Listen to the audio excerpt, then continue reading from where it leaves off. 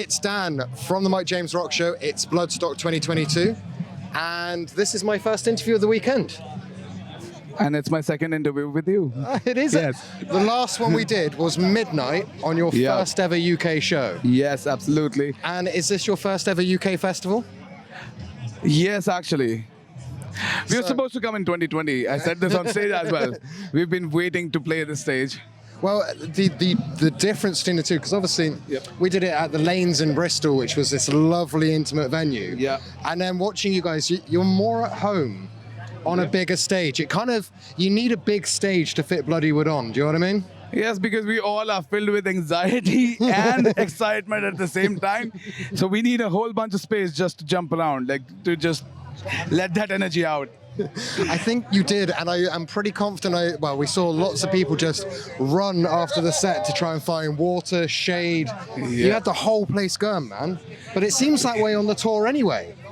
That's how it generally is with us. Like, we'll run all over, even if it's a small stage. We'll figure out a way to just do like zigzags and run everywhere. And then as soon as it's over, we're like, oh, I'm dying. I need some water. I need some anything that will hydrate me. Like, literally yesterday's show, Karan was like, I think we all have sweated at least 7 liters. I don't think we have that much water in our body. Or maybe we do, but my kurta that I wear, it was so heavy. It was like at least 3 kgs, and I'm not joking. You can ask Cody. It was super heavy.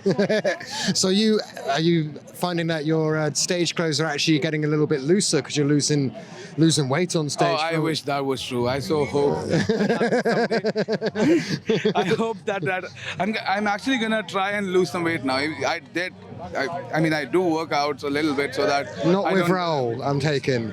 No, Raul actually tried. Me and Raul, they tried. Like, I worked out with him for 15 days. I was like, no, I'm gonna die. No, can't do it. That man is just one pure muscle, I swear. Yeah, I think he's at this point he's like the perfect human specimen. One time he just was like sitting with me in the studio and he's like, man, I've got some fat, and I was like, you mother.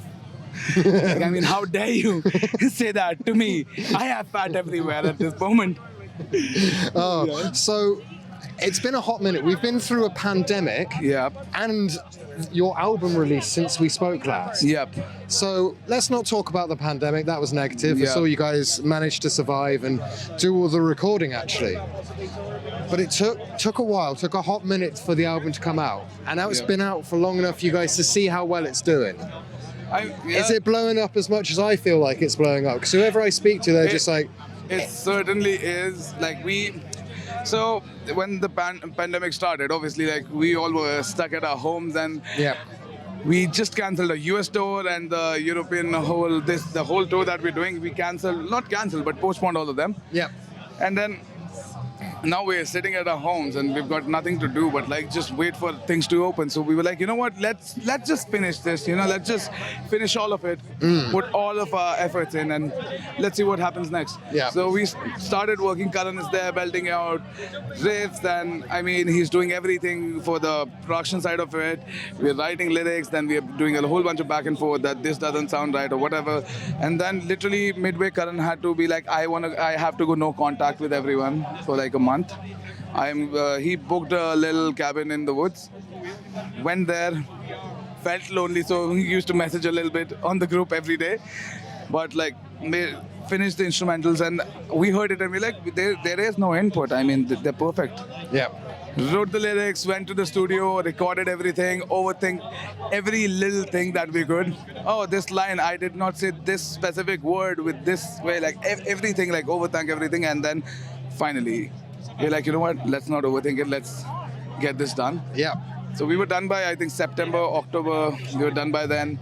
And then we recorded the videos really fast and dropped them, and that's how it went. So the thing that got me is that you guys decided to ignore like all labels, all offers, just to make sure that you could keep the album as Bloodywood made, produced, distributed by you guys. Is it weird, like sort of almost taking over the metal world and still doing everything yourselves and going, no, we're going to skip the label for a minute just to make sure that we stay true to what we're doing? I won't say we've taken over the metal world in that sense, but No. It's a long way, but we had a whole bunch of labels approach us, and we had a whole bunch of meetings as well. It's not like we're like, oh, we're anti-label. But the thing is, we've worked a whole bunch on this. We've worked our asses off, and at this point, it has to be a just offer, I'd say. And we also want a better seat at the table. Who doesn't want that? Yeah. So before going or being involved with the label, we wanted to see what we can do on our own. So we just figured out things on the fly, had a whole bunch of meetings with people, and so there is no harm in just asking someone for work, right? Yeah. I'm not stealing anything. I'm just saying, hey, let's work together on this. We want to distribute the album or whatever, and that's what we literally did. We found people, we connected with them, had a whole bunch of meetings, had a whole bunch of negotiations, because we're Indians. You gotta do that. The negotiation is key. Yep, negotiation and math.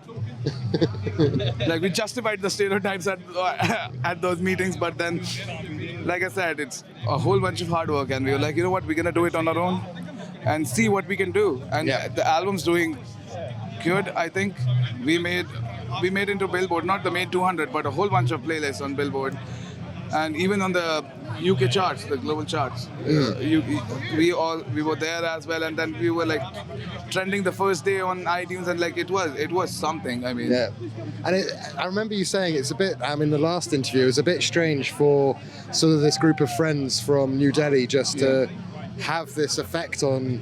Maybe you haven't taken over the metal world, so you don't refute that, but you definitely had an impact. Before this, there was no real Bhangra metal, and I'm seeing other Indian groups forming because you guys are out there doing the things. Yep. Does it still feel crazy, or are you getting a bit used to it now? It is crazy. It's crazy. It's always crazy. Yeah. Because there are people who are not from our country, who do not know our language, but they're singing those parts which are not in the language. That's me. I have no idea what I'm singing half the time, just making the same noise. But that's the thing. People are doing it, and that always blows my mind. You know, what people do, the way they scream and the way they sing, that's a drug that you cannot buy. You have to earn it. And we live off of it at this point. We're if there's one time people aren't singing, we talk about it. We're hey, nobody sang. Maybe we're not that good anymore. That's literally how. So people have spoiled us. That's how people have spoiled. I'm oh, maybe we weren't that good. And then we were no. Do you understand how hard it is? Yeah. So things like that.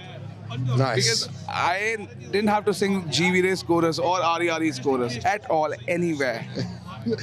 No, I could tell. I could very much tell. And today also people were singing, and I was I love that, but just save your energy, drink some water. I said it, that's why I said it on stage, just please drink some water. Well, it went from being metal frontman to dad of the crowd. You went full dad mode. It's drink some water, stay hydrated, find some shade. You are so busy in this press area. I'm going to have to wrap up so that I can let other people speak to you, because otherwise we'll be here all afternoon. Yeah. But we will meet. Well, I'm expecting a headline tour in the next year or so, maybe two. 2023, we're doing a headline tour. So the one that we had in March 22 for the album, it got moved to 23 because of COVID. Well, maybe me and you can actually sit down for more than 10 minutes on that one. Absolutely. Get into it properly. We can drag Karen in as well. Yep. Maybe Raul, because his voice is gone after that set. But that's because it was so good. He actually talks softly on purpose. Yeah. Because he's saving his voice. He's got a lot of discipline. I do not. Anyway, I'm going to have to wrap up. Yeah. Been lovely speaking with you. Thank you so much. And I shall speak to you soon. Absolutely. Cool. Welcome to the My James Rock Show.